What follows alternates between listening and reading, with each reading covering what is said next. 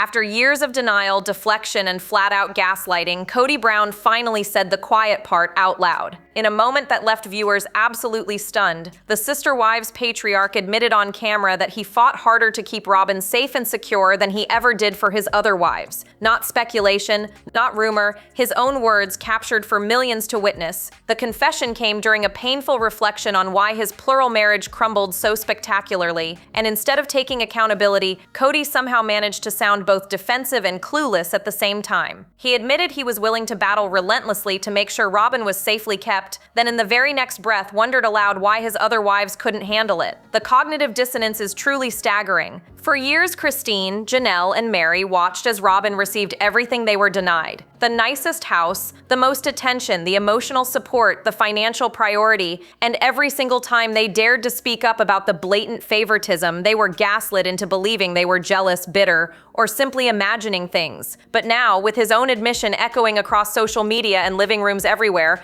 there's no denying it anymore. Kody Brown played favorites, and Robyn was always going to win that game. What makes this confession even more devastating is the timing. It comes after Christine has finally found happiness with David, after Janelle has established her independence, and after Meri spent years begging for scraps of affection that never came. These women suffered through decades of emotional neglect and unequal treatment, and only now, when it no longer matters to his daily life, does Kody casually acknowledge what they knew all along. The validation is cold comfort when you've already rebuilt your entire existence without the man who broke you. But here's where it gets even more twisted. Kody doesn't just admit he treated Robyn better. He admits it while simultaneously claiming he has no idea what he did wrong. He acknowledges stirring up jealousy by putting Robyn in that massive house, by prioritizing her needs, by making her the sun around which the entire family had to orbit. Yet he genuinely seems baffled about why his other wives couldn't just accept their secondary status with grace and gratitude. The man is so deep in his delusion that even his own confession sounds like he's the victim of some mysterious misunderstanding rather than the architect of his family's destruction. Sources close to the family reveal that Christine, Janelle, and Meri are experiencing a complex mix of vindication and rage. They were right all along, but being right doesn't erase the years of gaslighting and emotional abuse.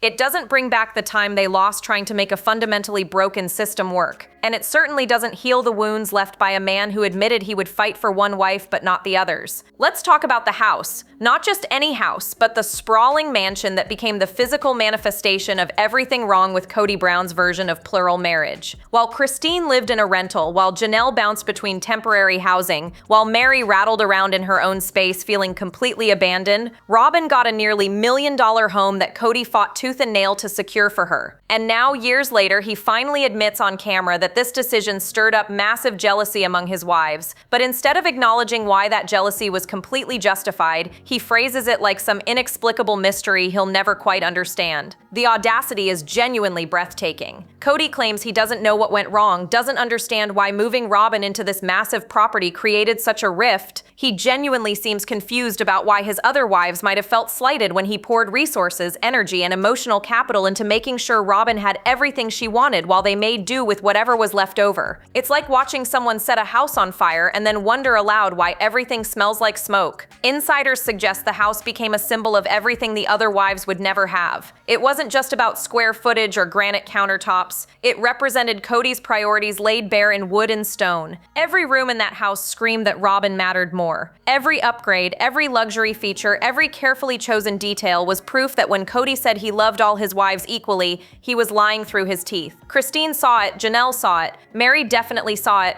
and they all tried to voice their concerns, only to be told they were being dramatic or materialistic or envious. But the truly infuriating part came when Kody admitted he was willing to fight so much to make sure Robyn was safely kept. Fight against whom exactly? Against his other wives who dared to ask for equal treatment? Against logic and fairness? The phrasing reveals everything about how Kody viewed his marriages. Robyn needed to be protected and secured, implying the others were somehow threats or obstacles rather than partners deserving the same care and consideration. He positioned himself as Robyn's hero, her protector, her champion, while simultaneously casting his other wives as problems to be managed rather than women to be loved. The house sits there now as a monument to Kody's failed experiment in plural marriage. Robyn got her castle, but at what cost? The family disintegrated, the other wives left, The adult children want nothing to do with their father. And Cody still can't connect the dots between his actions and the consequences. He stirred up jealousy, he admits, but he frames it like some unfortunate side effect rather than the predictable result of treating one wife like a queen and the others like servants. The house didn't break the family. Cody's priorities did. The house just made it impossible to pretend otherwise. The Christmas tree scene might have seemed like a small moment to casual viewers, but for anyone paying attention, it was absolutely gutting. Meri sat there watching footage of the family cutting down Christmas trees, decorating together, carrying on traditions that once included her, and you could see the devastation written all over her face. She tried to keep it together, tried to smile through it, but her words betrayed the depth of her pain. She called the decorating magical, a good memory, a cherished tradition. Then came the knife twist. She said she would love to be part of the cutting down process next time, knowing full well there wouldn't be a next time. Not for her. This is what favoritism looks like when it's allowed to fester for years. Meri wasn't just excluded from a holiday activity, she was systematically erased from family moments while Robyn remained the permanent center of attention. Every tradition, every celebration, every meaningful experience got filtered through whether Robyn wanted Meri there or not. And more often than not, the answer was no. Cody chose Robyn's comfort over Meri's inclusion every single time, and now Meri is left clutching memories of when she actually mattered to the man she dedicated her life to. Sources close to the situation suggest Meri's heartbreak runs far deeper than missing Christmas trees. She's mourning the loss of her entire identity within the family structure.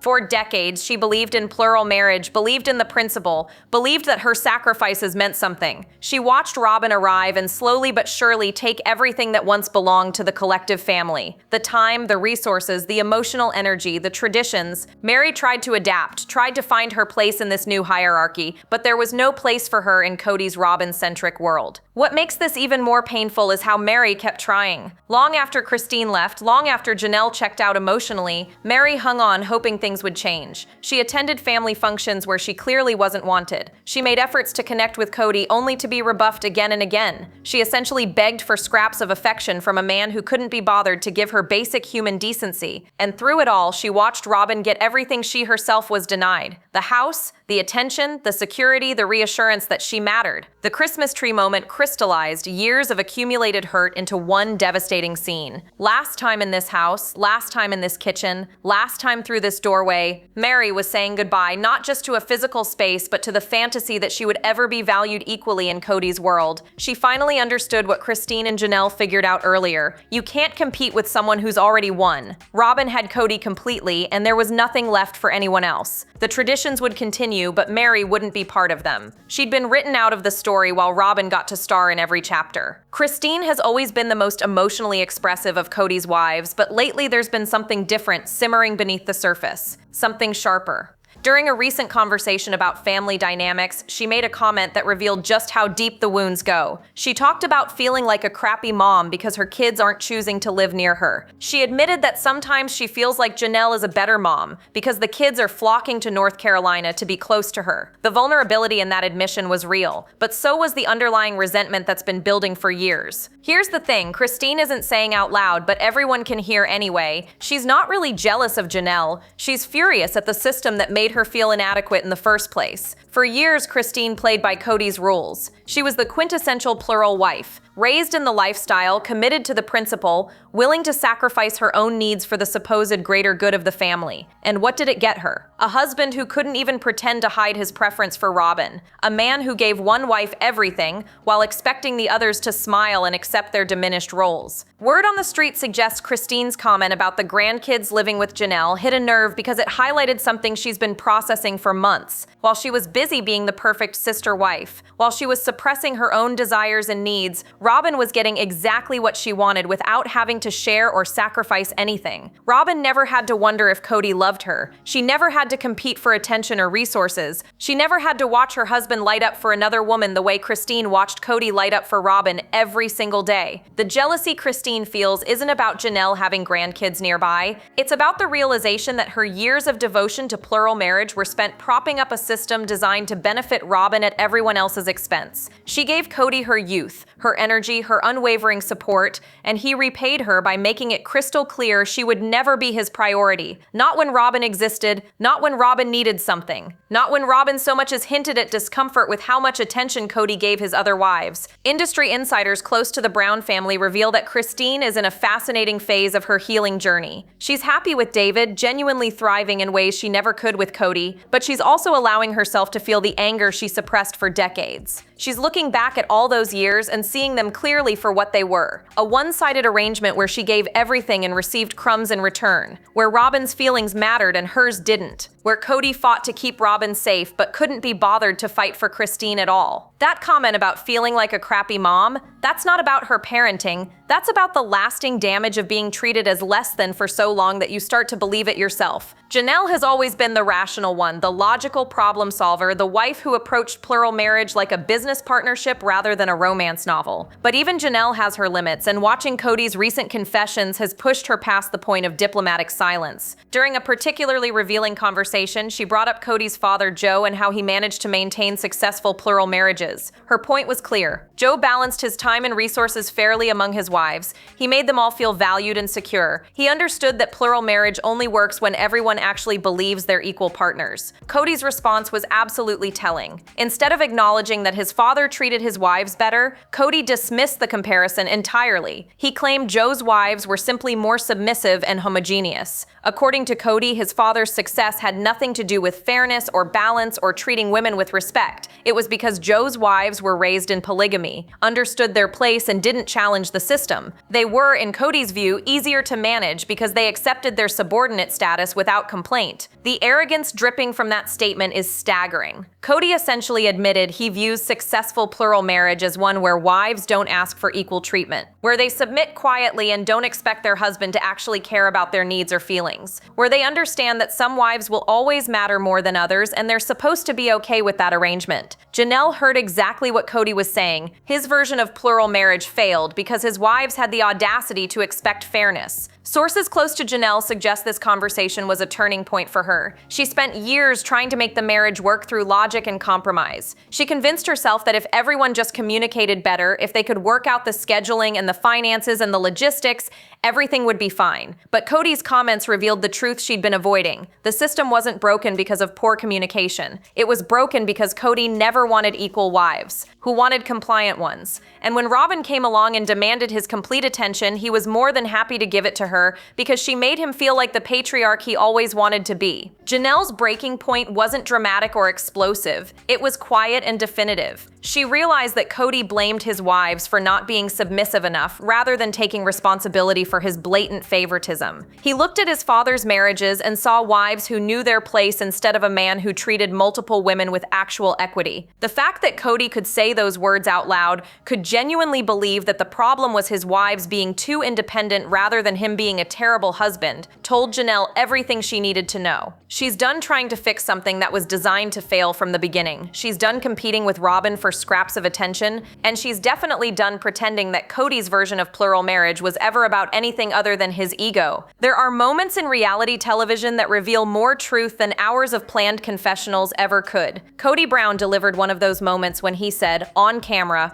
that he wanted to forget Christine existed but still had to interact with her kids. Not our kids, not the children, her kids. The Freudian slip lasted only a second before his brother-in-law caught it and tried to help him correct course, but the damage was done. Those two words expose the ugly reality of how Kody views his relationships with any children not directly connected to Robyn. The cold calculation behind that statement is chilling. Kody has 18 biological children, but in his mind, they've apparently been sorted into categories. There are Robyn's kids who receive his full attention, affection, and protection. Then there are the kids from his failed marriages who have become obstacles he has to navigate rather than human beings he brought into this world. Christine's children, Janelle's children, even Meri's daughter. They've all been mentally filed under her kids rather than claimed as his own. The emotional abandonment couldn't be more clear. Insiders close to the family reveal that this slip didn't surprise prioritize the adult Brown children at all. They felt Kody's detachment for years, long before he verbalized it so blatantly. They watched him cancel plans with them to be with Robyn's kids. They experienced his disinterest in their lives, their achievements, their struggles. They noticed how he fought for Robyn's children to feel secure and loved while treating his other kids like burdens that came with the territory of his failed relationships. Hearing him say her kids out loud simply confirmed what they already knew. In Kody's hierarchy of importance, they rank somewhere below Robyn's comfort and convenience. What makes this even more devastating is the context. Kody was talking about wanting to erase Christine from his memory, to pretend she never existed, but acknowledging he couldn't because of the children they share. Most parents would say they're grateful for their kids regardless of how the marriage ended. Most fathers would emphasize that even though the romantic relationship failed, the children are still precious and important, but not Kody. For him, the kids represent an annoying obligation tying him to a woman he'd rather forget entirely. The broader pattern becomes impossible to ignore when you look at Kody's behavior over the past few years. He's estranged from most of his adult children, he missed Garrison's funeral, he doesn't show up for graduations, weddings, or major life events unless they involve Robyn's kids. He's checked out emotionally from the majority of his children while simultaneously playing doting father to the select few who fit into his current narrative. The "her kids" comment wasn't a slip. It was the truth finally breaking through the carefully constructed facade he's been maintaining for the cameras. Those children aren't really his anymore in any meaningful sense, they're just remnants of relationships he'd rather erase completely. Here's where the story takes an absolutely delicious twist of irony. Kody Brown destroyed his entire family for Robyn. He alienated 3 wives, damaged his relationships with the majority of his children, and dismantled a plural marriage empire that took decades to build. Also, Robyn could have him completely to herself. And now that she's finally won, now that the competition has been eliminated and Kody is all hers, rumor has it she's not even sure she wants him anymore. The cosmic justice is almost too perfect. During a particularly vulnerable moment on camera, Kody admitted something that should terrify him. He said Robyn married him under the premise of plural marriage, and now that the other wives have left, he wonders if his value to her has been diminished. He's still wondering about it, he confessed, clearly haunted by the possibility that Robyn's interest in him was always tied to the lifestyle rather than to him as an individual. The man spent years prioritizing Robyn above everyone else, and now he's facing the very real possibility that she wanted the idea of him, not the reality. Sources close to the situation suggest Robyn is indeed struggling with the monogamous reality she now faces. When she entered the Brown family, she got all the benefits of plural marriage without most of the drawbacks. She had Kody's devoted attention, financial security, and emotional support, while the other wives handled the less glamorous aspects of being married to an emotionally unavailable narcissist. They absorbed his moods, managed his ego, and gave her space to be the favored wife without the burden of being the only wife. Now she's stuck with Kody full-time, and insiders whisper that the shine is wearing off fast. The shift in their dynamic is apparently noticeable even on camera. Kody seems all in, desperate to prove that their relationship is worth everything he sacrificed to prioritize it. But Robyn appears distant, less engaged, almost resentful of the situation they've created together. She signed up to be the special wife,